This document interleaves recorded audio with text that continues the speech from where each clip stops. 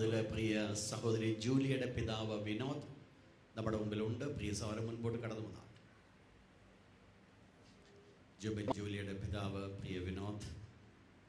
ദൈവനാമം വാഴ്ത്തപ്പെടുമാറാകട്ടെ. കർത്താവിൻ്റെ വൻ കൃപയാൽ കർത്തൃദാസനോടും കർത്തൃദാസിയോടും കൂടി ഭൂമിയിൽ ഒരു പ്രാവശ്യം കർത്താവിനെ സ്തുതിപ്പാൻ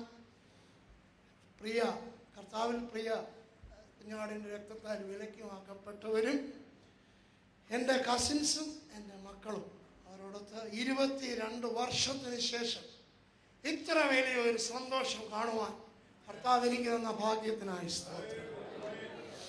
ജെക്സി പാസ്റ്ററുടെ ആദ്യ ഫലങ്ങളിൽ ഒന്നായത് സ്തോത്രം വരാത്ത 22 വർഷം മുമ്പ് സുവിശേഷം പറഞ്ഞപ്പോൾ വളരെ വേദനയോടെ പ്രാർത്ഥിച്ചതിന്റെ ഫലമാണ് നിങ്ങളുടെ മുമ്പാകെ നിൽക്കുന്ന ഞാൻ. ഈ സ്തോത്രം എന്ന റോക്കറ്റിൽ സ്വർഗത്തിൽ പോയി മറുപടിയും കൊണ്ട് വരണം. അവനാണ് യഥാർത്ഥ ദൈവവൈതൻ. ഞാൻ ആരായിരുന്നു എന്ന് എന്നെ കുറിച്ചൊന്ന് പരിചയപ്പെടുത്തട്ടെ. 31-ാം സങ്കീർത്തനം അതിന്റെ 11, 12, 13, 14 വാക്യങ്ങൾ. അതാണ് എൻ്റെ പഴയ മനുഷ്യൻ. ആ വാക്യങ്ങൾ വായിച്ചു കഴിയുമ്പോൾ നിങ്ങൾക്ക് മനസ്സിലാകും അവിടെ നിന്ന് കർത്താവ് പിടിച്ചിവിടെ കൊണ്ട് നിർത്തി. അതുകൊണ്ട് അയൽക്കാർക്കും ബന്ധുമിത്രാദികൾക്കും ചാർച്ചക്കാർക്കും ആർക്കെങ്കിലും കിട്ടിയ വേദന ഒന്ന് വായിച്ചാൽ നല്ലത്. 31-ാം സങ്കീർത്തനം അതിന്റെ 11, 12, 13, 14 വാക്യങ്ങൾ. എന്റെ സകല വൈരികളാലും ഞാൻ നിന്ദിതനായി തീർന്നു. എന്റെ അയൽക്കാർക്ക് അതിൽ നിന്നും തന്നെ എന്റെ മുഖപരിചയക്കാർക്ക് ഞാൻ ഭയഹേതുവായി ഭവിച്ചു. എന്നെ വെളിയിൽ കാണുന്നവർ എന്നെ വിട്ട് ഓടിപ്പോയി. ഈ ബാക്കിയൊക്കെ വായിക്കണ്ട, അതൊക്കെ വീട്ടിൽ പോയി ചിന്തിച്ചാൽ മതി. എന്നാൽ കർത്താവ് ഒടിച്ചു മുടക്കി. ഞാൻ ആ മലയാള ഭാഷയിൽ അങ്ങനെ പറയുകയാണ്. ഒടിച്ചു മുടക്കി നിങ്ങളുടെ മുമ്പായി കൊണ്ട് നിർത്തുമ്പോൾ ദൈവത്തിന് നിങ്ങളോട് സംസാരിക്കാനുള്ളത് ആവർത്തന പുസ്തകം 4-ാം അധ്യായം 7-ഉം 8-ഉം വാക്യമാണ്. ദൈവത്തിന് എപ്പോഴും ഒരു വ്യക്തിയെ കുറിച്ച് ആരെക്കുറിച്ച് സംസാരിക്കാനുണ്ടെങ്കിൽ അതൊരു ഗിഫ്റ്റാ. ഉയരത്തിൽ നിന്ന് പ്രാപിച്ചല്ലാതെ എഴുതിയ നോട്ടുകൾ കൊണ്ട് ശുശ്രൂഷിക്കുന്നവനല്ല ദൈവവൈതൽ. ഉയരത്തിൽ നിന്ന് പ്രാപിച്ച് ഇരിക്കുന്നവരുടെ ഹൃദയത്തെ കാര്യമായി ഗണിച്ച് ശുശ്രൂഷിക്കുന്നവനാ ദൈവവൈതൽ. ഈ അവസ്ഥയിലേക്ക് വരുവാൻ അനേകരുടെ കണ്ണുനീരുണ്ട്. വിശ്വാസത്തിന് വലിയൊരു പ്രത്യാശയുണ്ട്. കർത്താവിന്റെ ദാസന്റെ സഹിയായി കൊടുത്തിരിക്കുന്ന സഹോദരി വളരെ വേദനയായിരുന്നപ്പോൾ ദൈവത്തിന്റെ ആത്മാവ് എന്നോട് വ്യക്തമായി പറഞ്ഞു, നീ ഒരുമിച്ച് ജെക്സി പാസ്റ്ററുമായി ആ UAE പ്രദേശത്ത് എന്നെ ഉയർത്തും, യേശുവിനെ ഉയർത്തും. വിശ്വാസത്താൽ നീതിമാൻ ജീവിക്കും. ആ പ്രത്യാശ നഷ്ടപ്പെടുത്തുന്ന സാഹചര്യങ്ങളും നിരാശയും വരുമ്പോൾ നാം അറിയാതെ ചിന്തിച്ചു പോകും. കർത്താവിന്റെ ദാസൻ പറഞ്ഞതുപോലെ ഈ ചുരുങ്ങിയ സമയം കൊണ്ട് നമ്മുടെ ജീവിതത്തിൽ വലിയൊരു പ്രത്യാശ എടുക്കേണ്ടി വരാൻ ഞാൻ. എന്നാൽ ഈ സന്തോഷത്തിൽ വന്നു കഴിഞ്ഞപ്പോൾ എനിക്ക് ലഭിച്ച ഒരു പ്രത്യാശ നിങ്ങളോട് പറയട്ടെ. സാധാരണ മരിച്ച ശവമടക്കുന്ന സമയത്ത് ദൈവത്തിന്റെ ആലോചന പ്രകാരം ദൈവം, ഞാൻ എൻജിയെ കണ്ടപ്പോൾ സന്തോഷിച്ചു പോയി. ആ വാക്യങ്ങളൊക്കെ കറക്റ്റ് അറിയാവുന്ന ആളാ ഞാൻ. എന്റെ മുഖഭേദം അപ്പോൾ അവിടെ നിന്ന് ദൈവം വിളിച്ചു കൊണ്ടുവന്നു എന്ന് പറയുന്നത്, ദൈവം ഒരുവനെ കണ്ടിട്ടുണ്ടെങ്കിൽ, അനേകരുടെ പ്രാർത്ഥന അവന്റെ പിറകിലുണ്ടെങ്കിൽ ദൈവം ഒരു കാലത്തും അവനെ തള്ളിക്കളയില്ല. ഞാൻ ഈ അവസ്ഥയിൽ വരാൻ എൻ്റെ 2 കിഡ്നിയും പരാജയപ്പെട്ടതാ. 3 മോർച്ചറി തള്ളാൻ വെച്ചിരുന്ന ശരീരമാ. കുവൈറ്റിലെ മുബാറക് മെഡിക്കൽ കോളേജിൽ എന്ത് ചെയ്യണം തള്ളണോ വേണ്ടായോ എന്ന് വിചാരിച്ചു.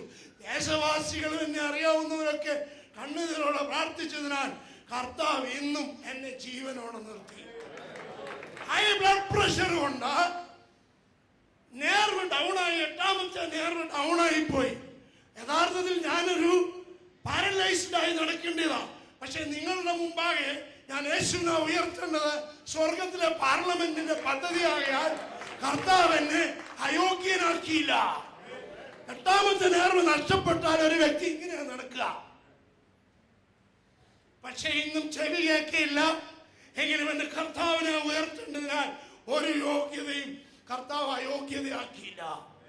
നമ്മെ സ്നേഹിക്കുന്ന ദൈവം, നമ്മെ കരുതുന്ന ദൈവം നമുക്ക് വേണ്ടി വലിയ പദ്ധതി ഒരുക്കുന്നുണ്ട്.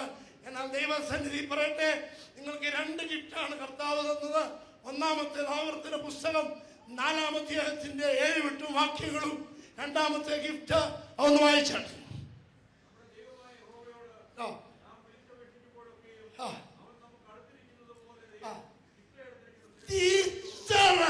അടുത്തിരിക്കുന്ന ശ്രേഷ്ഠ ജാതി എന്തുള്ളൂ?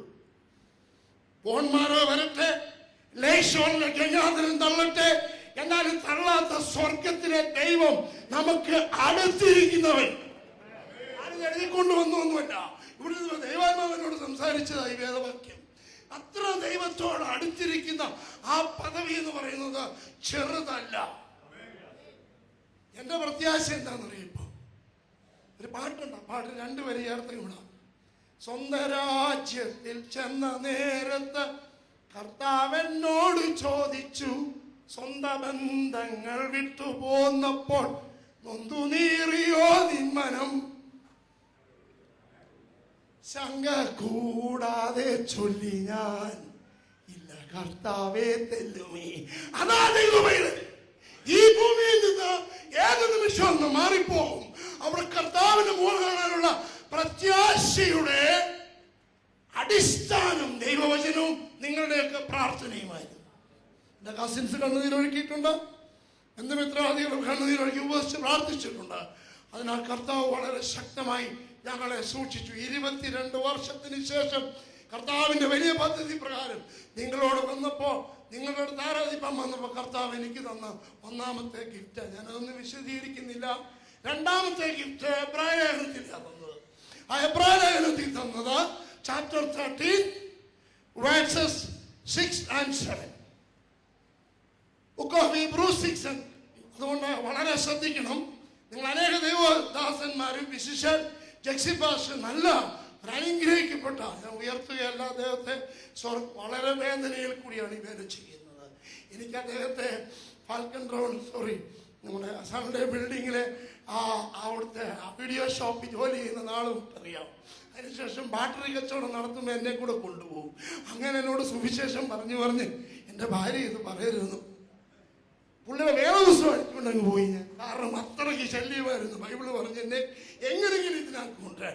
പക്ഷെ കൃപയാൽ ആ വേദപുസ്തകം എടുക്കുവാൻ എന്റെ കർത്താവ് എന്നെ സഹായിച്ചു. ഈ ആദ്യഫലം എന്നൊക്കെ പറയുമ്പോ നല്ല കായായിരിക്കും. ദൈവദാസൻ കർത്താവിൽ സന്തോഷിക്കട്ടെ. അപ്പൊ ഈ വേദഭാഗം വളരെ ശ്രദ്ധയോടെ മനസ്സിലാക്കുക.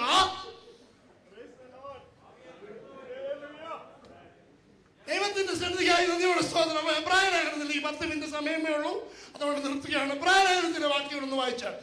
നിങ്ങളുടെ നടപ്പ് വായിച്ചാട്ടെ. എബ്രായ ലേഖനം 13 Hebrew chapter 13 verses 8 and 9. Sorry, 6 and 7. I'm on 5 and 6. Amen. Amen. Amen. അതിനു മുമ്പ് വാക്യമാ 4, 5, 6 വാക്യങ്ങൾ. നിങ്ങളുടെ നടപ്പ് വളരെ ശ്രദ്ധയോടെ ദ്രവ്യാഗ്രഹം ഇല്ലാതെയായിരിക്കും. അത് ഏത് നിമിഷം ഇവിടെ ഇട്ടിട്ട് പോകത്തുള്ളൂ. 2500 പേര് പെട്ടി കിട്ടിയ ഭാഗ്യം. എന്നാൽ അതിനുശേഷം ദൈവം നമ്മെ നടത്തുന്ന ആ വലിയ പ്രത്യാശയിലേക്ക് പോയി കർത്താവിന് നാമത്തിൽപ്പെടാൻ കർത്താവ് നമ്മെ സഹായിക്കട്ടെ. ഇത് കർത്താവിനാൽ സംഭവിച്ചു. ഈ അനുഗ്രഹം എനിക്ക് സ്വർഗത്തിൽ നിന്ന് ലഭിച്ചതാണ്. കർത്താവ് വലിയൊരു ഭാഗ്യം തന്നു. ഇത്രത്തോളം കരുതുവാൻ ദൈവത്തിന്റെ സ്നേഹം നിങ്ങളുണ്ടായിരുന്നു. ഞങ്ങളെ ഓർത്ത് പ്രാർത്ഥിക്കണമേ. ഞങ്ങളുടെ കുഞ്ഞുങ്ങളുണ്ടല്ലോ, ബന്ധുമിത്രാദികളുണ്ടല്ലോ, അനേകാത്മാക്കളെ നേടിയാൻ മനുഷ്യൻ പുറമെ നോക്കുമ്പോൾ സ്വർഗം ഹൃദയം നോക്കുന്നു. ആ ഹൃദയം നോക്കുന്ന ദൈവത്തിന്റെ സന്നിധിയിൽ 22 വർഷക്കാലം ഞാൻ നിന്നെ തള്ളിക്കളഞ്ഞില്ല, ഉപേക്ഷിച്ചില്ല. അതുകൊണ്ട് ഇതാ നീ നേടിയ ദൈവത്തിന്റെ മുമ്പാകെ ഞാൻ നിന്റെ വ്യക്തിയെ അയച്ചിരിക്കുന്നു.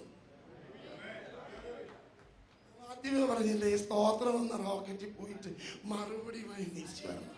അതാണ് ദൈവവൈദ്യൻ. ഈ സ്തോത്രമെന്ന റോക്കറ്റിൽ പോയിട്ട് മറുപടിയുമായി തിരിച്ചു വന്നാലുണ്ടല്ലോ പ്രത്യാശ വളരെ വർദ്ധിക്കും. മണിയടിച്ചു, അതുകൊണ്ട് ഞാൻ മൈക്ക് കൊടുക്കാം.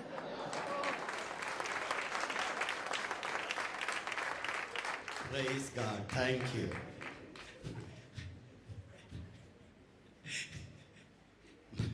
മണിക്കൂറുകൾ വിനോദ് സഹോദരനെ നിർത്തിയാലും പോരാ. അദ്ദേഹത്തിൻ്റെ ലൈഫ് ഒന്നും തന്നെ പറഞ്ഞിട്ടില്ല. അദ്ദേഹത്തെ നന്നാക്കാനായിട്ട് ഞാൻ കുറച്ച് ദിവസം കൂട്ടത്തിൽ കൊണ്ട് താമസിപ്പിക്കുകയുണ്ടായി. അതിൻ്റെ പ്രത്യാഘാതമാണ് ഒരു ബൈബിൾ നഷ്ടപ്പെട്ടുവെങ്കിലും ആള് സ്വർഗത്തിൽ കാണും എന്നുള്ളൊരു പ്രത്യാശ ഉള്ളത് ഓർത്ത് ഞാൻ ദൈവത്തെ സ്തുതിക്കുക. വിശുദ്ധ കരങ്ങൾ ഉയർത്തി ഒരിക്കൽ കൂടെ ദൈവത്തിന് നന്ദി പറഞ്ഞാട്ടോ.